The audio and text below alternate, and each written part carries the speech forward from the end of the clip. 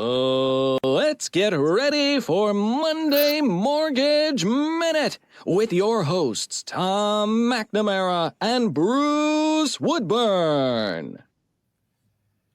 Well, today is December the 1st. Yep, December 1. We got 31 more days. And 25 days till Christmas. That's right. So I'll tell you, I got an idea and I'd like to help people with it. If you want to buy a home, you're just tired of renting, or maybe you need to move up, I could get you into a home by the end of this year, even with the holidays in there. If you can get me your bank statements, pay stubs, W-2s over here, we will get you into a home. Tom, how about you? Can you help them? Absolutely. As long as they're quick about making a decision on which home, we can make it happen. And there's lots of inventory out there right now. There is, which gives you choice, right? But then that also gives you leverage when you're negotiating. And, like we've said a few times on here, yeah, I can get you a lower price, but more importantly, I can get you closing costs covered often. I can get you all the repairs done that you want to get done. When the sellers have the leverage, which had been the case up until about a year and a half ago, they were saying no to everything, right? Yeah. They were just saying, like, here's my price. Yes. Yeah, they didn't have to bend at all. And now they're bending and we're getting deals. And I think I can't give you an exact number, but almost every deal that I've done this year, the seller has paid some concession or done some major repairs on the home. Well, it's interesting when you look at a builder, okay? Mm-hmm. First of all, if you want to sell your home, go out and visit a builder community and then make the interior of your home look like that. Now, most people can't do that because they're living in their home. My point is maybe minimalize some things, take some of the personal things out of it. Now, that's tough to do over the holidays, but those are tips that you give people when they're trying to get premium dollar for their home. Absolutely. Good curb appeal. You don't need to spend $30,000. You can have nice curb appeal. Make the house look good when you come up to it. Make sure the door's been painted. Have the house tidied up and minimalized. That's one thing. But here's another thing builders do. Builders pay a ton of closing costs and they buy your rate down. Yep. They buy your rate down further than you and I could get a rate to buy down because they do it outside of closing.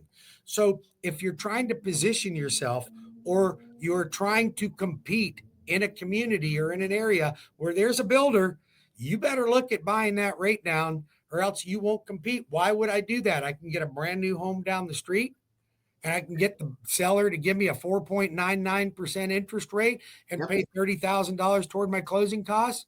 Yep. So as a seller, you got to look at that and say, hey, I need to sell this home. Here's what I need to do. But even with your coaching, you would even tell that seller, hey, we can hold off for the higher price if we're willing to give these other things. That's right. You don't have to give it all. You don't have to reduce your price and pay for all that. The builders aren't reducing your prices. Some have dropped their prices a little bit, but more than dropping prices because they don't like dropping prices and it affects the rest of their appraisals. That's right. Their community. Yep. So ask for closing costs. We can get you a no. But let's just say you're sitting on there and you're going, there's no doggone way I'm going to get everything together over the holidays and get into a home by New Year's. Okay, fine. Let's put that off the table for you. Right. When are you going to do it? Are you going to wait till this time next year? Or can you start now? And then January, the 1st of January, we got you into a home. Or in the month of January. Then you can start getting settled, get your property. You can't rent forever and expect that your life is going to get better. It's just not going to get better. It was interesting because I was talking to my son over the holidays and, he's one of his only friends at 27. I think there's one other friend that bought a home. Yeah. But at 27, it's getting rare. Now we got your daughter into a condo last year. We did. Right. So I'm telling you, for everyone out there listening, if you have adult children, if you are adult, if you have adult grandchildren, they need a little help right now because of affordability. Yep. But once that interest rate drops, you think that will be their opportunity. It will not be their opportunity. It will be the opposite of their opportunity. It will make the rate lower. It might make the payment a little bit lower, but it won't allow the seller to be as agreeable to making concessions. That's right. Yeah, you might have more out of pocket. You might end up paying more for the property. I mean, there's a lot of things that are going to happen when interest rates lower enough to really spark the market. Let's take So what I'm sorry, I didn't mean to yeah, interrupt. no, that's okay. I talk to a lot of people that are struggling with the I want to buy a home, and they put up these false obstacles, right? They're semi-true obstacles, but they're false, right? So they throw up things like I need 20% down before I can buy a home. Well, that's not true, right? Right. Sure, you should put down 20%, but if you can't, let's get you into a home, right? The interest rate thing, right? It's like, oh, I'm not going to buy it 7%. Well, crap, what's the interest rate on your rent? The interest rate's 100%, right? Yeah. Now, yeah, you have the flexibility, right? You can up and move. And if that's where you are in your life, that you need to be able to move every year or two, yeah, you shouldn't buy a home. Do not buy a home if you're going to, sell it every year or two. You'll lose your ass, right? But, most of us want to be settled in to something, right? And create some sort of ownership. And so stop letting those obstacles be permanent. Ask Bruce, ask myself how we can get over them, around them, through them, or destroy them, because those obstacles are not permanent. Well, and everybody can come up with an obstacle. And I'm going to tell you, I haven't had any success in life that didn't give me an obstacle. I mean, Absolutely. give me a break. Do you think life is just full of it's an open road and we're just going to drive through it and park the car? It doesn't happen that way. The things that are difficult in life are generally the things that are worthwhile. Like it's hard. It's hard to get a degree. It's hard to be a doctor. You got to go through a lot of school. It's hard to buy a house. You got to save money. You got to be disciplined. You might not be able to buy that 80-inch screen TV that you wanted to have so desperately that's going to go down in value as soon as you open a box.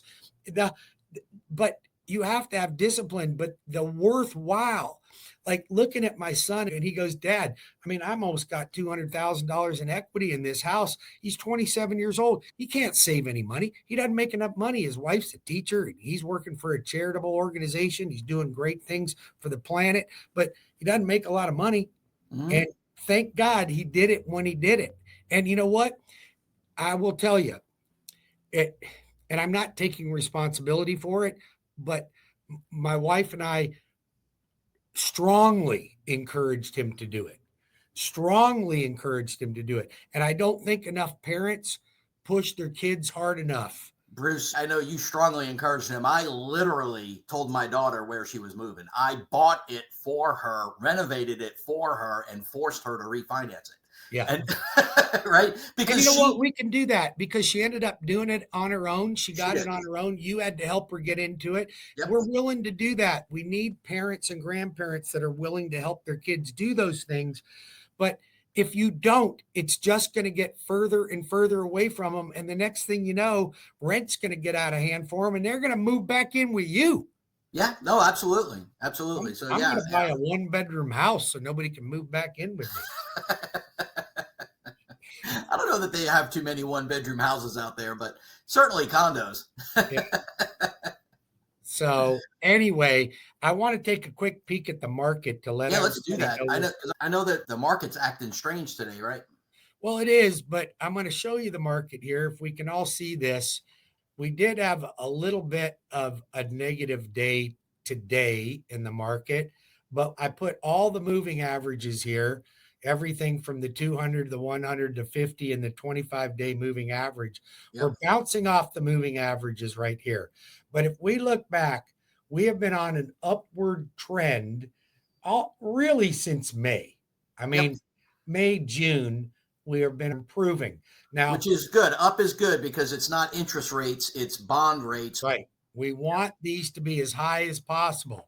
So we've been on a positive trend. Now we can see when we had the Fed cuts, this was our last Fed cut, and we got worse, just like I told everybody it was going to happen. And we got another one coming up in 10 days. We got another one in 10 days. So are we going to get worse? There's an 85% chance that the Fed's going to do a 1/4 point cut. Okay. Yep. So I think this news is coming off of the heels, though, of just other indexes that are coming out today. The global composite PMI, which is strong, and I think that it's estimated to be 2.19 when they were 5.1.9 when it was 2.5. Now that doesn't seem like a lot, but when you're talking about an entire index, that could be a fair amount. And then over here, we've got high impact on the ISM index. And I'm going to tell you something, these have high impact, but nobody even knows what they are. The average person doesn't know. Now we know ADP that's coming out on the 3rd. That's where all of our payroll is. Yep. And that's high impact.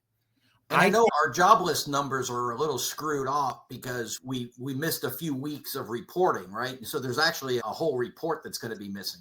Well, that comes out on the 4th, and it's expected to be 220,000 where it was 216. So that means more unemployment. Now, more unemployment actually can be a positive indicator for interest rates. Yeah, for interest rates, yeah. For interest rates. It's not good when you're unemployed, but if you're looking for a lower interest rate, there may be your opportunity right there. And then we've got a lot of other things that are happening during the month.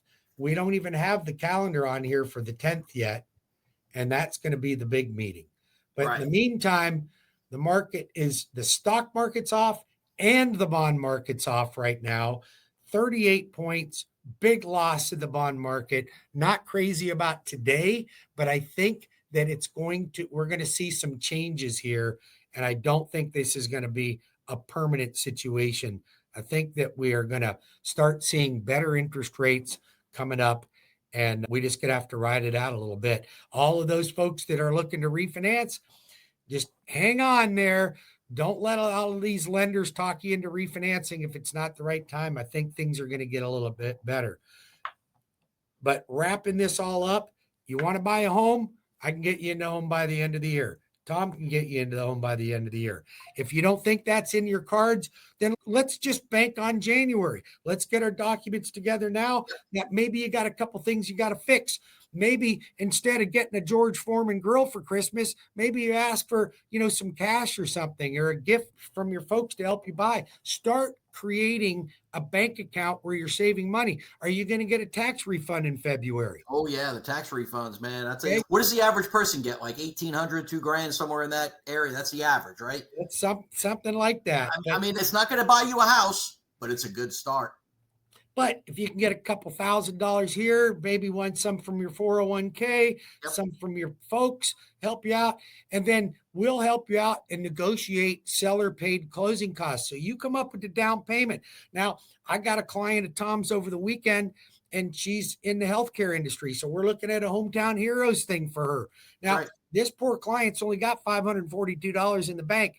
Now, you would think that she can't buy a house, but I'm going to tell you something. You put somebody like Tom and I on it, and we're a couple of bird dogs, we're going to figure out a way to make that thing happen. And I'm going to do whatever I can to help somebody that needs Hometown Heroes get into a house. So if that's you or you know somebody, then align yourself with the right people.